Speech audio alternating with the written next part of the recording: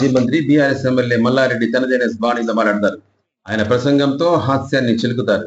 Keesara MPDO కార్యాలయంలో కళ్యాణ లక్ష్మి షాదీ ముబారక్ చెక్కులను పంపిణీ చేసిన కార్యక్రమంలో మల్లారెడ్డి హడావిడి చేశారు.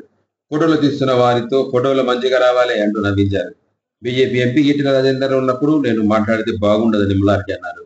కీసర ఎంపీడీఓ కార్యాలయంలో కళ్యాణ లక్ష్మి షాదీ ముబారక్ చెక్కులను ఎంపీ ఈటెల రాజేందర్, ఎమ్మెల్యే మల్లారెడ్డి పంపిణీ చేశారు.